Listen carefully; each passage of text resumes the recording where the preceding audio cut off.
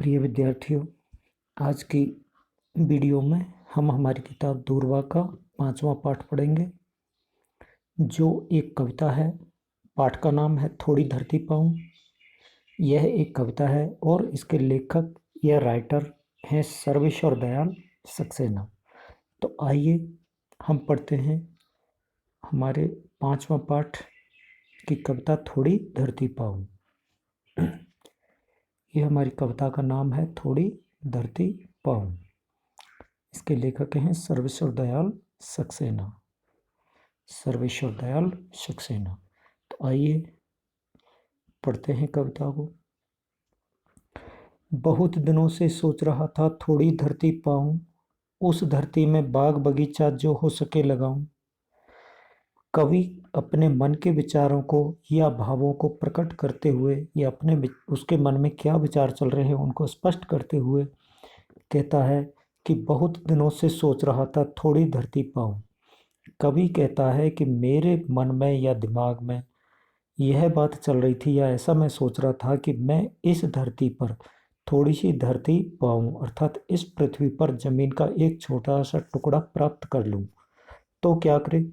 उस धरती में बाग बगीचा, इस पृथ्वी पर जो थोड़ी सी धरती या जमीन का एक छोटा सा टुकड़ा यदि कवि प्राप्त कर ले तो उस धरती पर बाग बगीचा जो हो सके लगाऊं। कवि कहता है कि उस धरती के छोटे से टुकड़े पर मैं एक सुंदर सा बाग बगीचा लगाऊं और भी जो हो सके उसमें पेड़ पौधे मैं लगाऊं, फूलों के और फलों के कुछ भी हो सकते हैं। इस तरह से कवि अपने मन के विचारों को व्यक्त कर रहा है। आगे सुनिए, आगे क्या कहता है। खिले फूल फल, चिड़ियां बोले, प्यारी खुशबू डोले। अब देखिए बच्चों, क्या कहता है कि जो थोड़ा सा कवि जो थोड़ा सा धरती का टुकड़ा पालेगा उसमें एक सुंदर सा बगीचा लगाएगा और उस बगीचे में क्या होगा?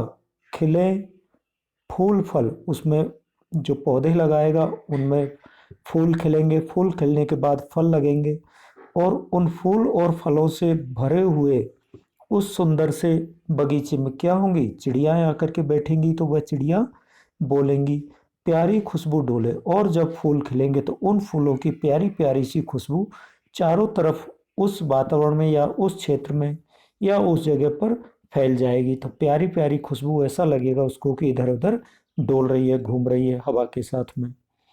आगे देखिए। ताजी हवा जलाशय में अपना हर अंग भिगो ले। फिर कभी कल्पना करता है कि जैसा आपको दिखाई दे रहा है ये पूरा एक बगीचा कवि ने लगाया। इस बगीचे में एक जलाशय है, पानी का पौंड तालाब है छोटा सा, ये पानी भरा है जिसमें मछली वगैरह घूम रही है। तो वो क्या कहता है कि ताजी हवा जलाशय में अपना हर अंग भिगो ले।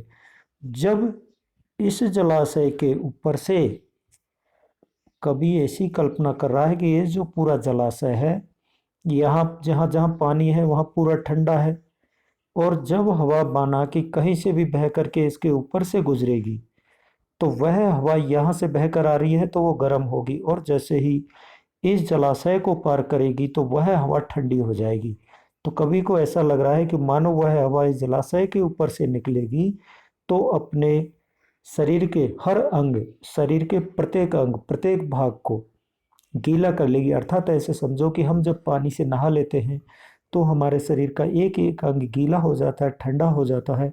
उसी प्रकार से कवि कहना चाहता है कि जब हवा उस जलाशय के ऊपर से गुजरेगी तो अपने शरीर के प्रत्येक अंग को उस जलाशय के पानी में भिगो लेगी। आगे देखिए क्या कहता है कवि। लेकिन 1 इंच धरती भी कहीं नहीं मिल पाई। फिर कवि कहता है कि मेरा इस तरह का विचार था कि इस पृथ्वी पर एक छोटा सा जमीन का टुकड़ा मिल जाए तो मैं उस जमीन के टुकड़े पर एक सुंदर सा बगीचा बनाऊंगा। लेकिन उसका दुर्भाग्य, या फिर कह सकते हैं कि ये एक बहुत ही बुरी बात है कि उस कवि को या उस व्यक्ति को कहीं भी इस पृथ्वी पर 1 इंच धरती भी उसको नहीं मिल पाई जिससे कि वह अपने सपनों को साकार कर पाता। इसलिए वह अपने सपने साकार नहीं कर पाया। देखिए आगे क्या कहता है। एक पेड़ भी नहीं कहे जो मुझको अपना भाई। फिर कवि कहता है कि इस पृथ्वी पर ना तो मेरे पास कोई जमीन का टुकड़ा है, ना ही मैंने एक भी पेड़ पौधा इस जमीन पर लगाया है, इसलिए कोई भी पेड़ पौधा ऐसा नहीं है जो मुझे अपना भाई कह सके। क्यों? क्योंकि उसको कहीं जमीन नहीं मिली और उसने एक भी पौधा नहीं लगाया, तो वो सोचता है कि एक भी पेड़ पौधा, एक भी पेड़ ऐसा नहीं है जो मुझे अपना भाई कह सके। आगे देखिए, हो सकता है पास तुम्हारे अपनी कुछ धरती हो। फिर कवि कहता है कि हे मेरे प्रिय लोगों, हो सकता है कि, या फिर कि हे संसार के प्राणियों, हो सकता है आप किसी के पास कुछ धरती हो आपकी अपनी। तो यदि आपके पास धरती है तो वहाँ क्या हो? फूल फलों से लदे बगीचे और अपनी धरती हो। और उस छोटी सी जो धरती आपके पास है उसमें आपने एक सुंदर सा बगीचा लगा रखा हो, और वह बगीचा या उस बगीचे में जो पेड़ पौधे हैं वो फल और फूलों से लदे हुए। लदे होना मीन्स भरे होना, लदे होना, भरे। जैसे पेड़ पे जब फल और फूल लग जाते हैं तो उनको फल फूलों से लद जाना कहा जाता है, अर्थात भर जाना कहा जाता है। तो कवि कहता है कि हो सकता है आपके पास कुछ धरती हो आपकी अपनी, और उसमें आपने बगीचा लगा रखा हो, जिस बगीचे में जो पेड़ पौधे हैं वह फल और फूलों से लदे हुए हों। ऐसा हो सकता है। आगे क्या कहता है? हो सकता है छोटी सी क्यारी हो, महक रही हो, छोटी सी खेती हो, जो फसलों में दहक रही हो। फिर कवि कहता है कि हो सकता है आपके पास बड़ी जमीन का टुकड़ा नहीं है, लेकिन एक छोटी सी क्यारी, एक छोटा सा जमीन का हिस्सा आपके पास है, एक क्यारी, जो क्या है आपने उसमें अनेकों पेड़ पौधे लगा रखे हैं, और वह या उसमें कोई भी चावल गेहूं सरसों राई कोई भी फसल उसमें उगी हुई है, और उस फसल से वह क्यारी दहक रही है, या फूलों के फूल या फलों के पेड़ पौधे लगाए हैं तो उनसे वह पूरी महक रही है, अर्थात उन फूल पत्तियों की खुशबू से वह पूरी क्यारी महक रही है। ऐसा भी हो सकता है। दहकने, यहाँ आया है शब्द दहक। दहकने से मतलब है जब हमारी पूरी खेती फसल से भरी हुई है तो वह वहाँ जैसे फसल का लहलाना, उसी तरह इसने दहकना बोला है। आगे देखिए,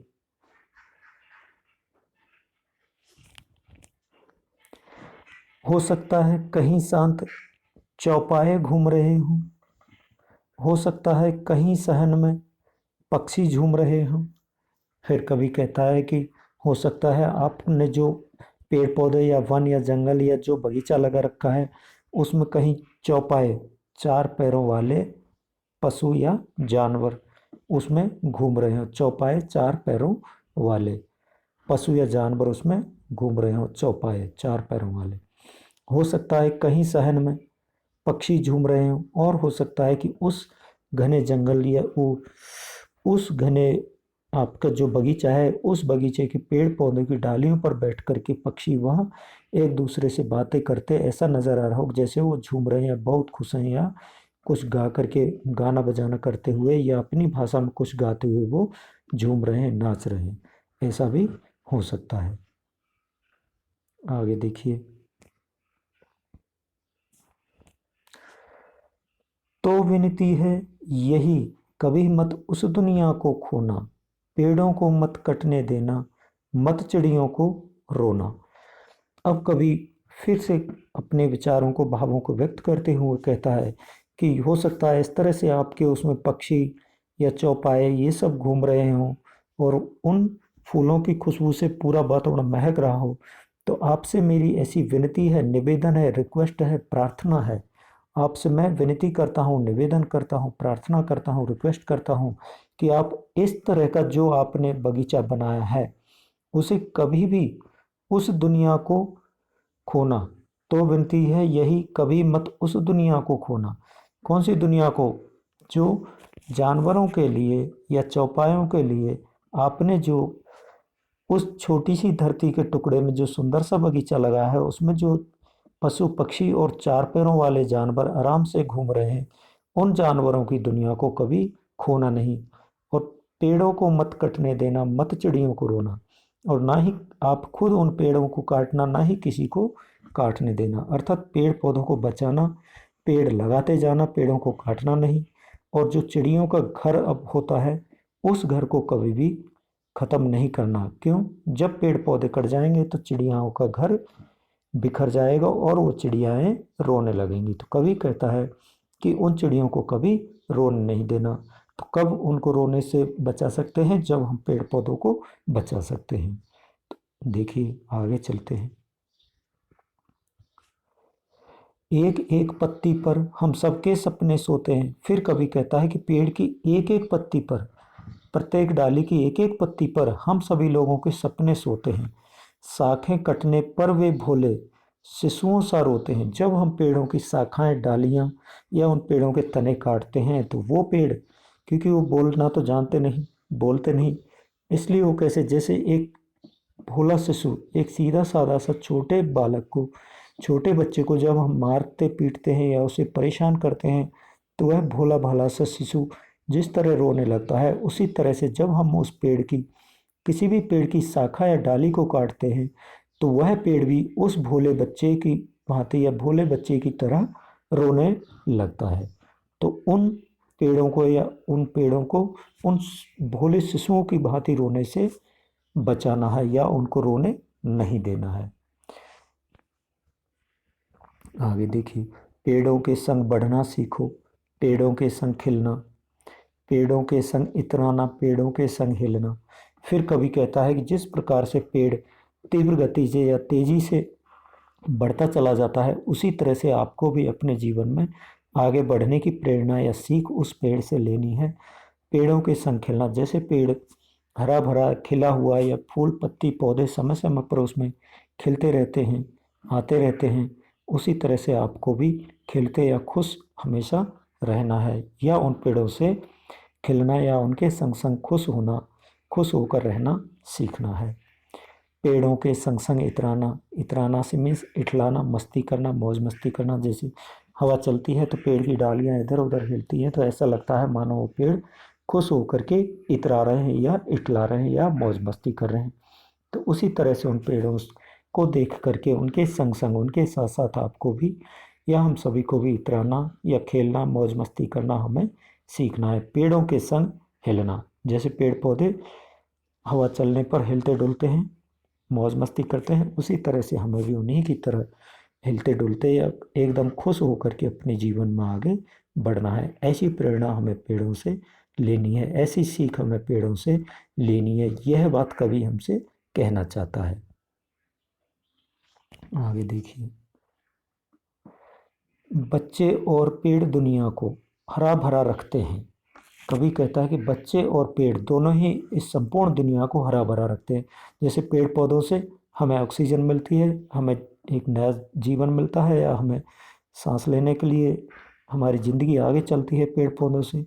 और बच्चों से भी हमें एक नई उमंग, नई ऊर्जा, नई खुशी मिलती है। छोटा बच्चा होता है, उसके साथ हम खेलते मस्ती कर लेते हैं। आगे देखिए, नहीं समझते जो, ऐसे लोग जो इस बात को नहीं समझते कि बच्चे और पेड़ इस संपूर्ण दुनिया को हरा भरा या खुशहाल रखते हैं, वो क्या करते हैं, दुष्कर्मों का वे फल चखते हैं। दुष्कर्म बुरे कर्मों का, या पेड़ पौधों को जो काट देते हैं वो क्या है, दुष्कर्म है, बुरे कर्म कर रहा है। उन बुरे कर्मों का फल वो चखते हैं। अर्थात जैसे बहुत सारे लोग पूरा जंगल काट करके और वहाँ बहुत सारी फैक्ट्री वगैरह लगा दी, और उनसे जो धुआं धूल निकल रहा है उससे हमें अनेकों प्रकार की बीमारियां हो रही हैं। तो वो क्या है, हमारे द्वारा किए गए दुष्कर्म का फल हम चख रहे हैं। आगे देखिए, आज सभ्यता वहशी बन पेड़ों को काट रही है।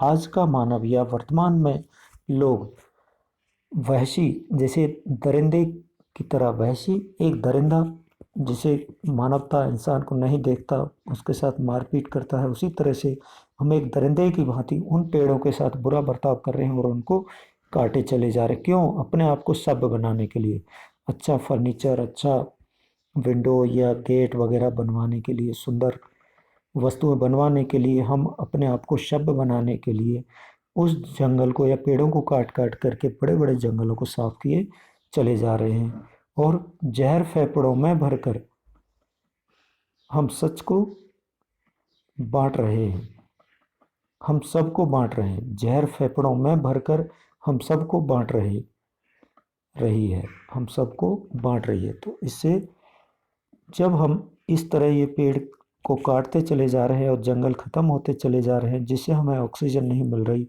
और क्या हो रहा है, उस जगह पे बहुत सारी फैक्ट्री वगैरह हमने लगा दी। जैसे इसमें दिखाया है, ये पूरा जंगल काट दिया, सारा जंगल ख़त्म किया। सब जंगल ख़त्म करने के बाद क्या किया, यहाँ पर क्या किया, सब बनने के लिए या अच्छी कमाई करने के लिए बहुत ये फैक्ट्री वगैरह लगा दी। इतने सारे साधन चलने लगे जिनसे इतना सारा धुआं निकला, और उससे हमें क्या हुआ, प्रदूषण फैला। प्रदूषण के कारण हमें सांस लेने में कठिनाई हुई। जिससे क्या हुआ, कभी कहता है कि तो आज की जो सभ्यता है या आज के जो लोग अपने आप को सब समझते हैं, वो वैसी बनकर पेड़ों को काट करके संपूर्ण जंगलों को ख़त्म करते हुए और फैक्ट्रियां लगाकर, फैक्ट्रियों से जो विषैला धुआं निकल रहा है, जहरीला धुआं जो निकल रहा है, उससे हमारे हृदय के फेफड़े, हमारे शरीर के जो फेफड़े हैं, उनमें वह जहरीला धुआं भरता जा रहा है और हम सबको बांटते हुए चले जा रहे हैं। अर्थात हम बीमारी पर बीमारी दिए चले जा रहे हैं। तो इस तरह से हमारी यह कविता थोड़ी धरती पाऊँ, इसका यह अर्थ आपको मैंने स्पष्ट करने की कोशिश की है। फिर भी ना समझ आए तो मुझे फिर से पूछना, जब भी क्लास होगी तो उसमें हम फिर से पढ़ेंगे, कोशिश करना।